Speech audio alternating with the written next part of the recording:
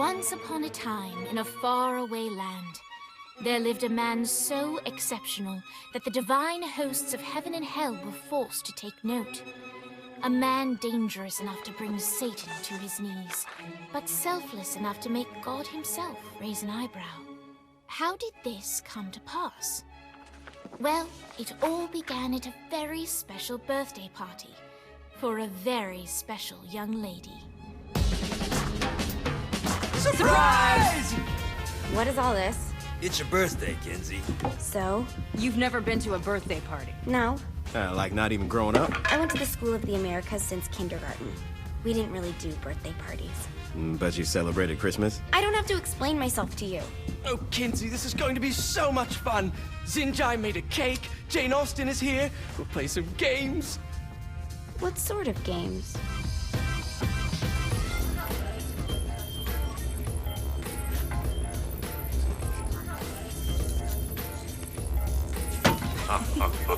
So you celebrate birthdays by trafficking with spirits? It's spooky and fun. It's a bunch of letters. It's tradition. Every slumber party has to involve a spirit board. Slumber party? How's it work? We ask it a question, and the spirit of the board will reveal the answer.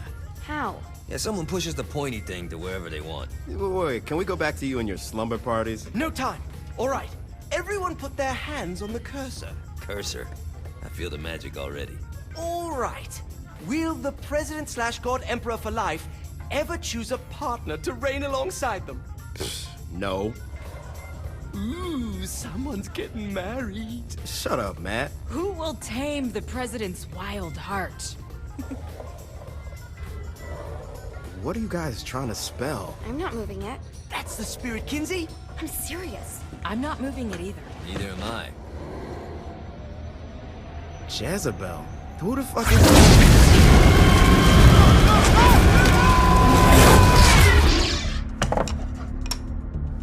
Is that not normal? Where'd you get the board? I was going through Zinyak artifact collection and found it there. Who did it belong to? Alistair Crowley? Christ. Guys? I think it's laughing at us. Fuck this. I think you're a smart enough piece of wood to see where this is going. Now, you ready to cooperate? That's more like it. You think we can trust it? It's not like we got a lot of options. So what's the plan? We mount up and go in after the boss? No, I do. No sense in what's left of humanity walking right into a death trap. Someone's gotta live to tell the story. That's a stupid plan, Johnny. I'm leaving you in charge. Hell of a plan, Johnny. Are you serious? I'm coming too. Are you kidding me? How do you plan to come back? I try not to sweat the details. You need someone with you that does. No. It's my birthday. Fine. All right, then. You know where my friend is?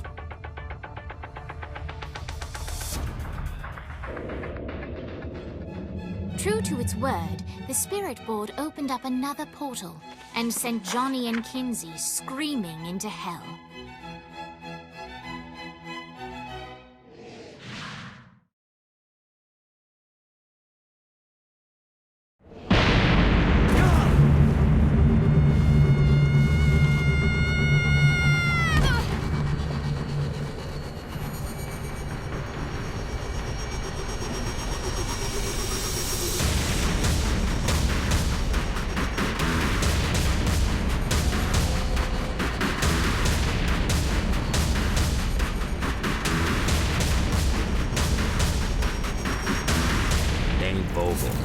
Ultor's behind this, I know it. Ultor and the Saints haven't been enemies in years.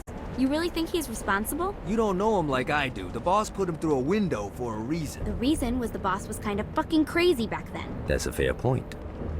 You know how much easier this would be if we just found a car? You know how much easier this would be if you just gave me a second?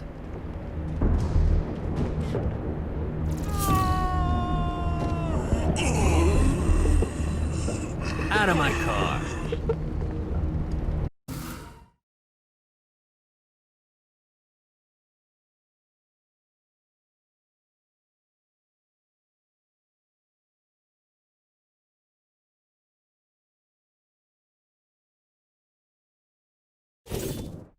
I'll buy that.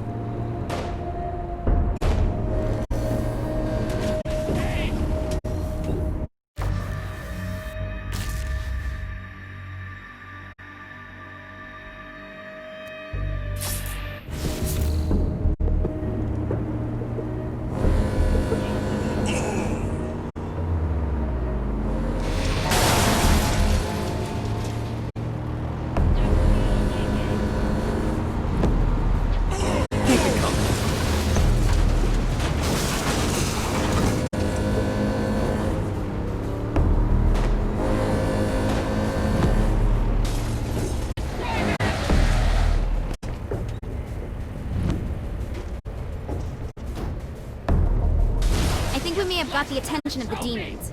How do we want to handle this? We handle it by killing demons.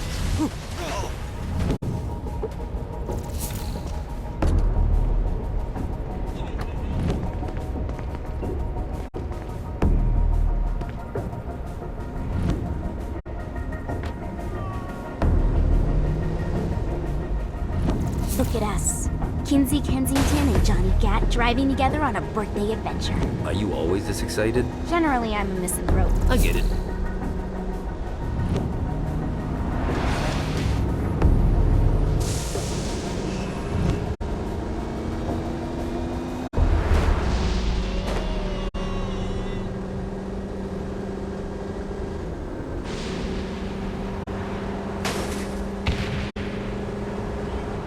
This is hell.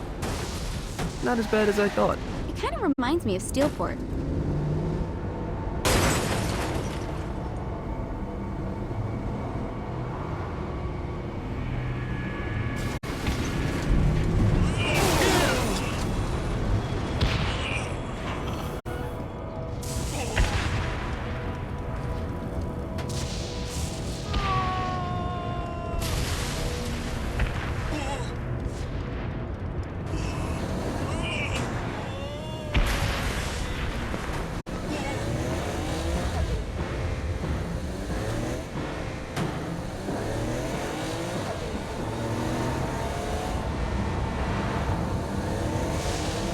So, what's the plan? Oh yeah. I'm gonna shoot him in the face unless he gives us the boss back. What if Dane doesn't have the boss? I'll probably still shoot him in the face.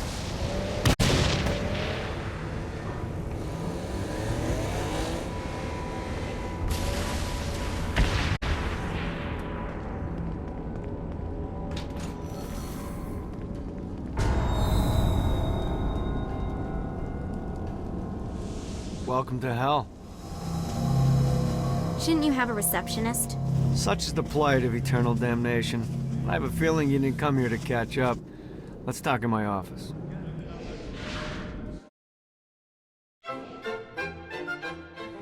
Not even death could stop the enterprising Vogel, who wasted no time in setting up an Ultor branch in the bowels of hell. Dane was eager to fill Johnny in on the ever-shifting politics of land rights in the underworld. But real estate mattered little to Johnny, who only cared where his friend was. Where'd you put the president? I've been trying to explain that. I didn't take them. Bullshit. You expect me to believe you just happened to be the first thing we see in hell? Maybe it's just me, but your thank you sounds more like an accusation. That's probably because he plans to kill you. Okay. I get the trust issues. Can I show you something? The pieces all came together. The president had caused more chaos and destruction than any other in human history. It was only natural that Satan would want them to marry his daughter. They needed a plan, and Johnny had one. I'm gonna shoot the devil in the face. I think you might be skipping some details. No, I said in the face. I like the commitment, but you gotta find a way to get close enough to him in the first place. When's the wedding?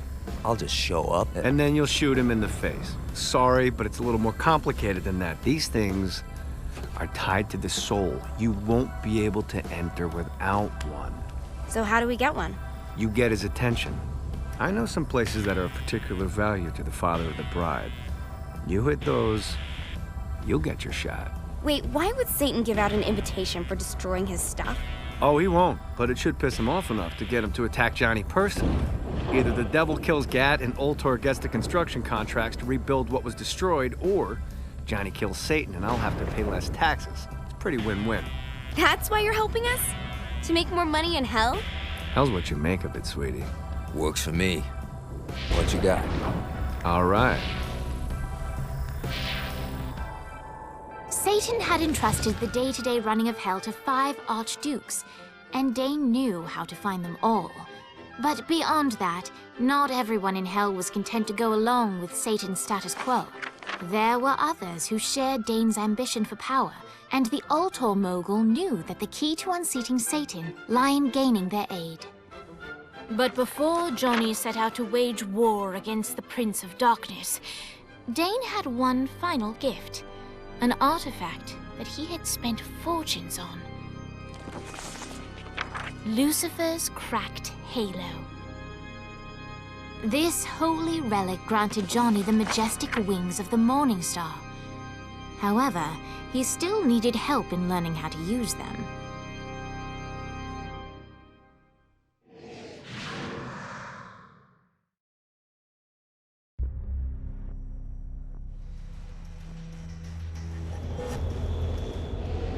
Alright, you got me on the sticks, now what? Would it kill you to show a little excitement? You're about to experience angelic flight. For Christ's sake. Dane. Someone needs a nap. Just collect some soul clusters and power up the halo. You'll be flying around in no time. Great. Now you should have just enough.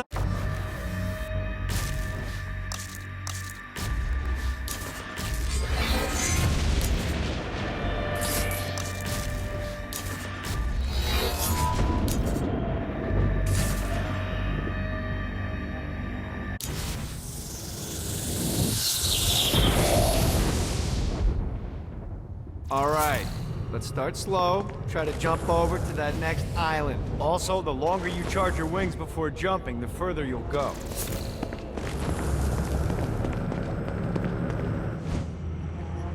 Hey, you didn't fuck it up. Good job. Now get up that cliff. Don't worry, if something looks too high, just keep on jumping off the wall. Now it's time to fly. You heard of crawling before walking? Well, in this case, you need to jump before you can fly. Launch yourself in the air with a jump, and then hold your wings out to glide to that next island. I put out some orbs to show you the path.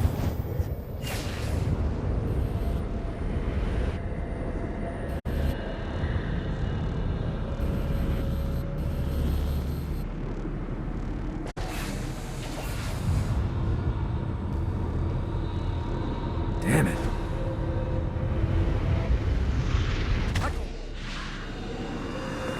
Try again. Here's a tip.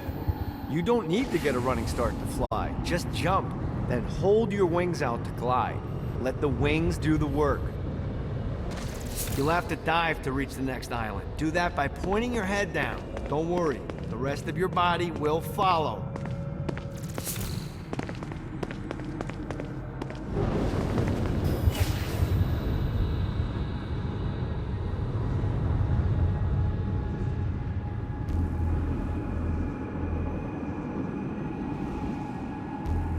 I put a shiny flap orb out in front of you. Collect the orb, and your wings will flap to gain speed.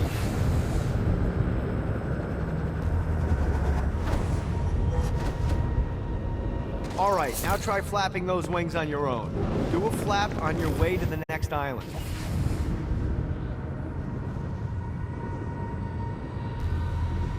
Let's see what these things can do. The exact opposite of diving is climbing. Climbing will slow you down and eventually cause you to stall. And trust me, stalling sucks. You can flap while gliding to gain additional speed. So the faster you're going, the higher you can fly. Now try to reach the island up there.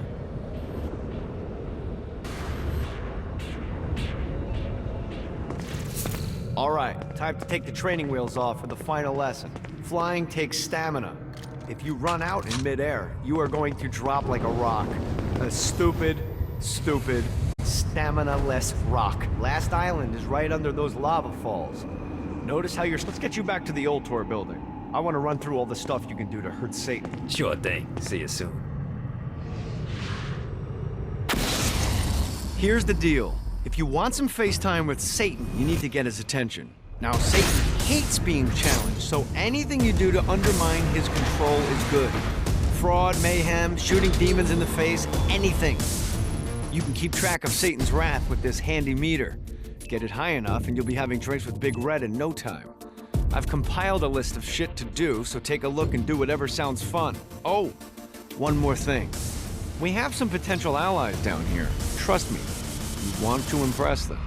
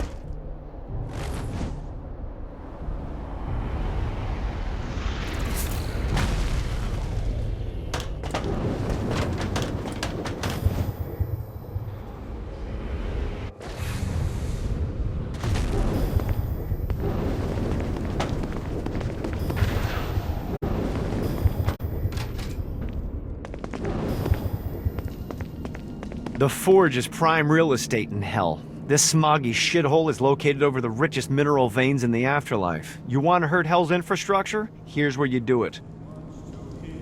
I don't know what it is, but overthrowing a government always makes me want to have some scotch.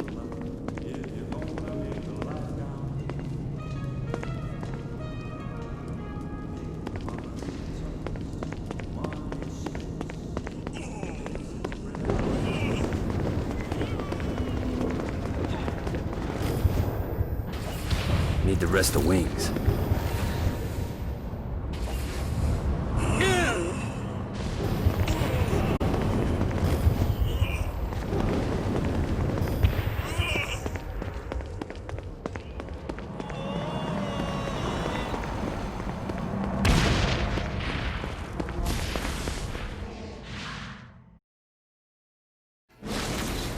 My lawyer, Legal Lee, figured out a way to get some gold-level clients a fast track out of hell. The more abuse you put these guys through, the more years we can shave off. Lee suggested running clients through the designated intersections to boost their punishment. Oh, and dive in front of those vehicles on fire for bonus points. I mean, let's face it, the more they hurt, the sooner we can get these wretched bastards out of here.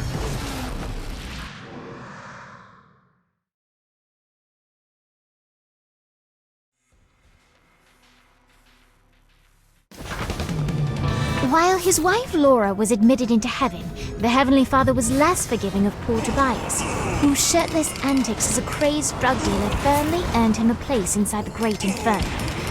However, ever the optimist, Tobias tried to look on the bright side of being transformed into a husk. After all, while the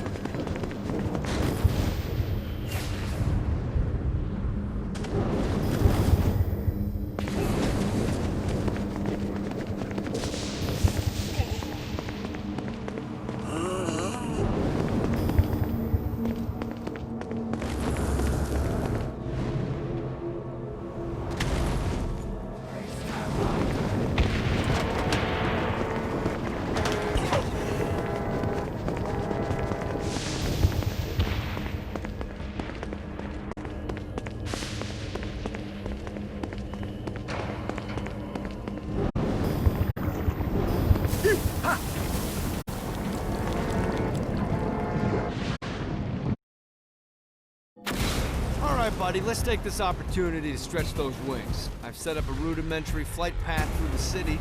All you need to do is hit the checkpoints in the order they appear. Now, because I'm a swell guy, I put some orbs out there to help you. The white ones will recharge your wings. The green ones will give you more stamina. Let's go.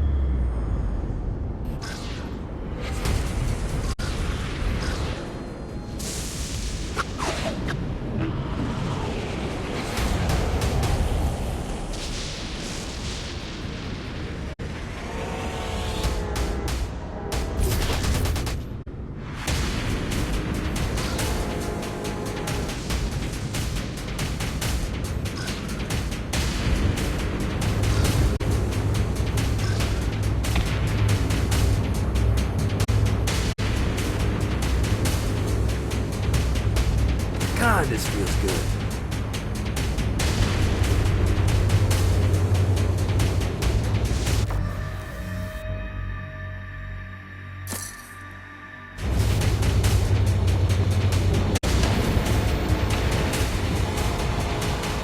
Got a touchdown.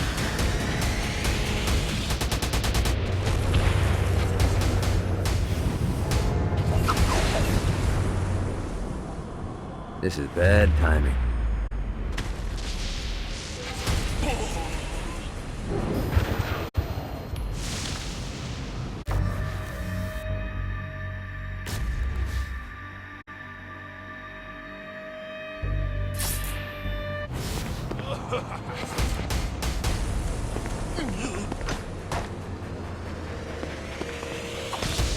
Do this all day.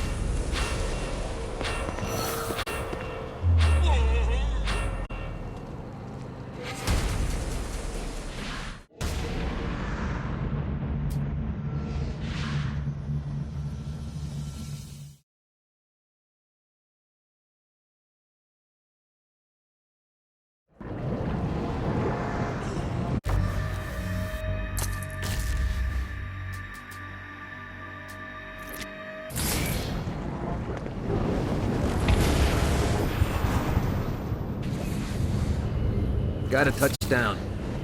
I hope there's not something ridiculous like 100 of these to find.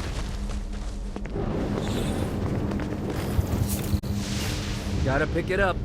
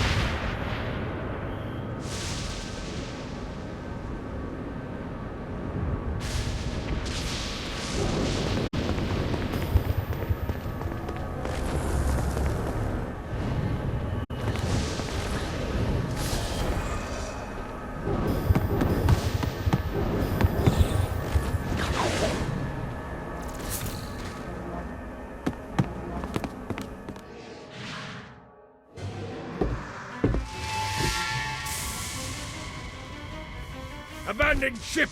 We've been boarded! Get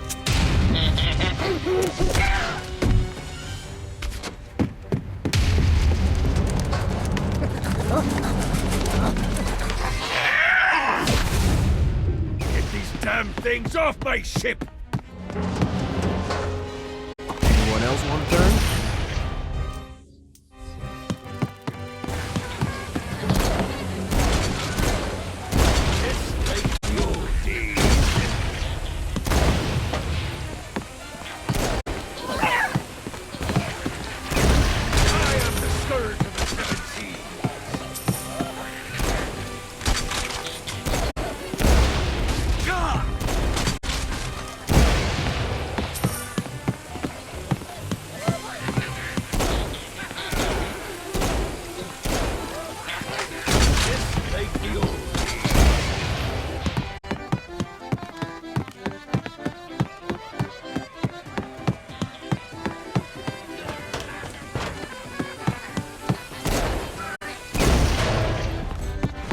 There's a bit of treasure in that chest over there. The weapon you find inside may help with our little imp problem.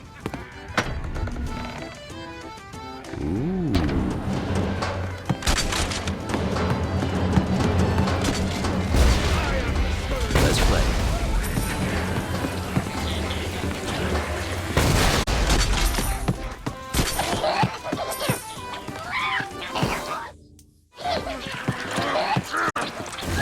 No, not another one of these.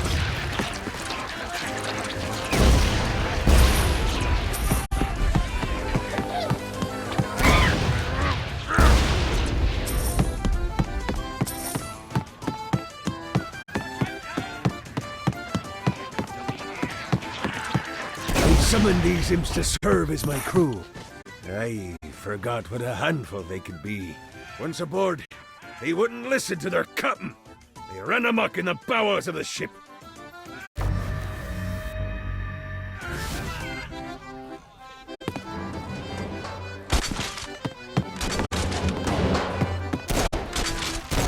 Get it off! Get it off!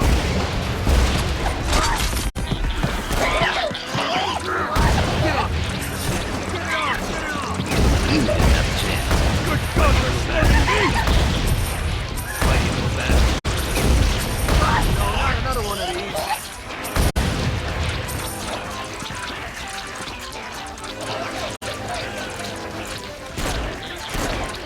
You're welcome in my crew, Eddie.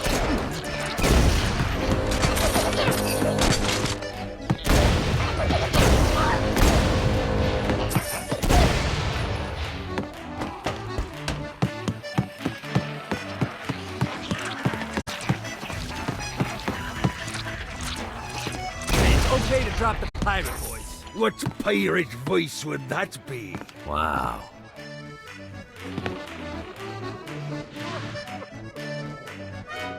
Zinyak's destruction of Earth had a profound impact on the afterlife. To heaven, it was a logistical nightmare. St. Peter's meticulous nature drove purgatory wait times to unbearable levels. Meanwhile, in hell, where souls in pain were used as currency, it created a new era of prosperity for the wickedly enterprising. This economic boon resulted in the coffers of hell to be overflowing, which in turn piqued the interest of the most notorious man that sailed the seven seas. Long had Blackbeard been a thorn in Satan's side, robbing tax collectors on a semi-regular basis. But the promise of an immeasurable fortune drove him to be even bolder. An arrangement was reached. Blackbeard would provide information on strategic targets in exchange for a share of the profit. Johnny, who was interested in murder, not money, happily agreed.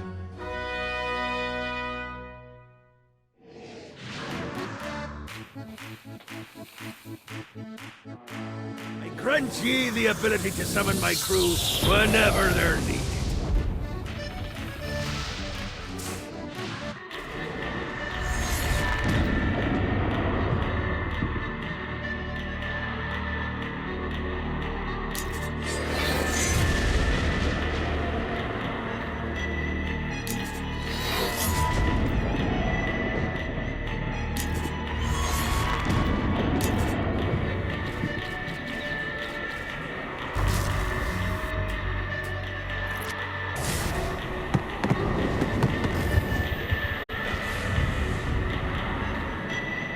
I raided a Centerpol office and found information on where the President is being kept.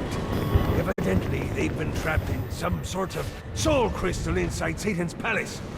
Breaking in is an impossibility. Your best bet to save them is to continue to try to draw Satan out of his palace.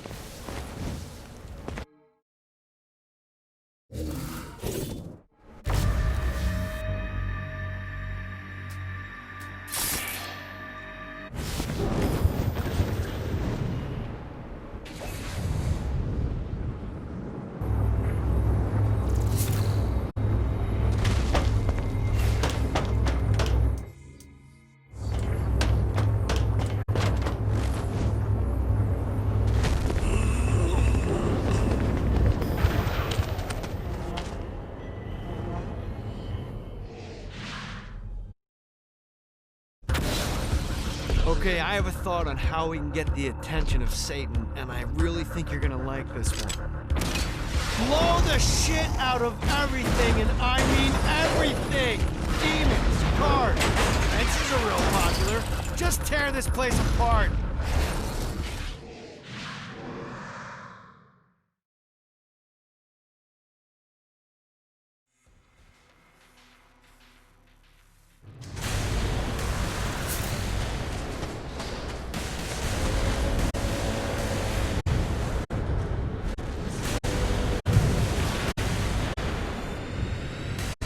This is bad timing.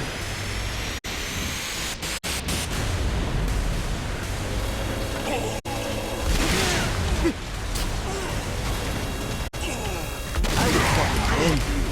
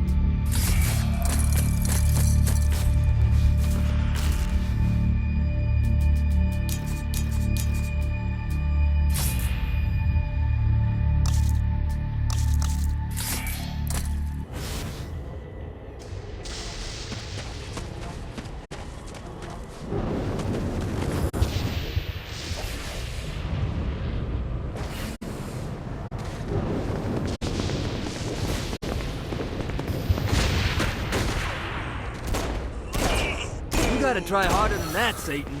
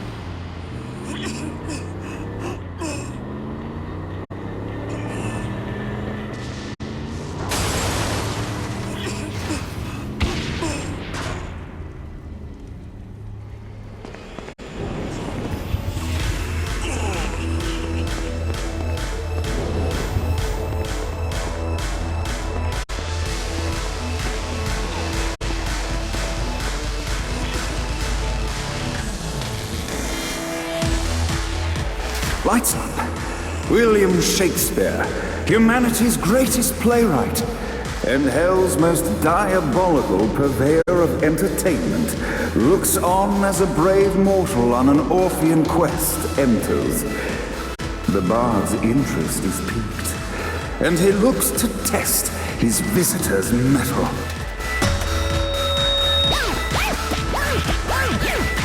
The masked tragedies were used to enemies cowering as they approached. But soon they realized that they faced a foe with courage and nobility, traits uncommon in the fires of perdition.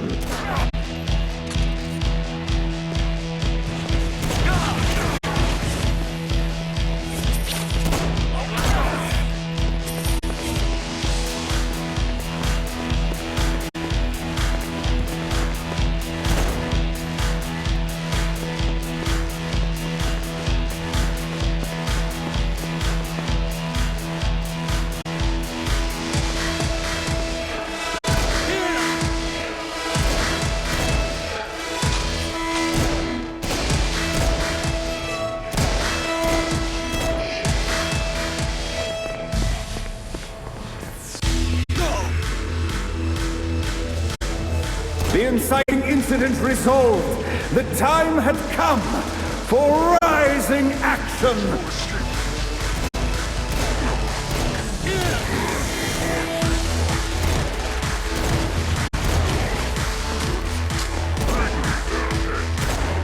Gets easier every time.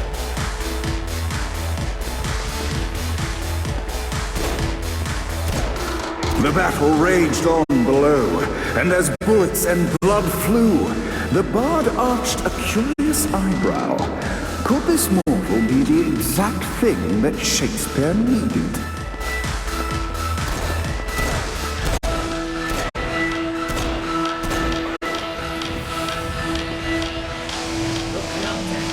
This battle is far from over, mortal. Arise!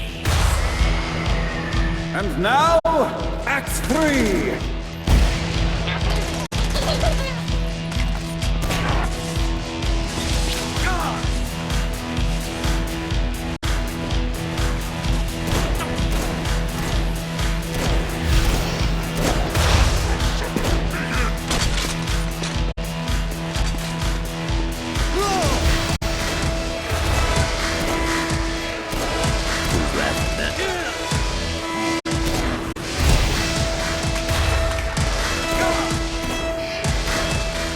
The conflict resolved, Shakespeare eagerly awaited meeting the champion that dispatched so many of his men.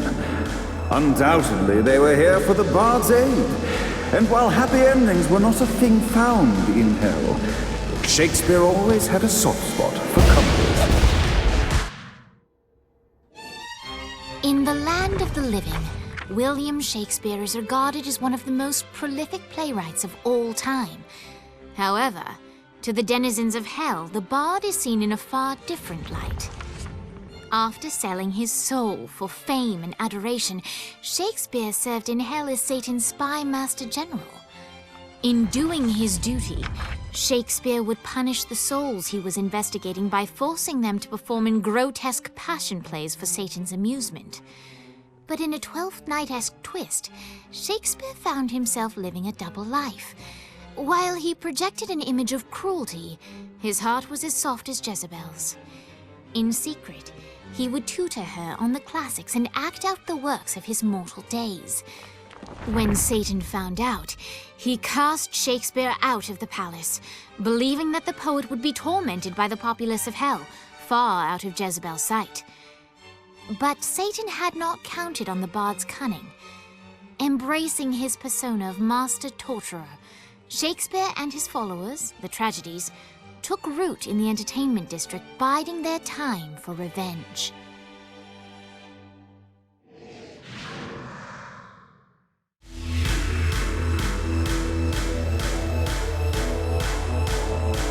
And so, Shakespeare called forth the Deus Ex Machina to bestow our protagonist with the arcane power of Force Stone.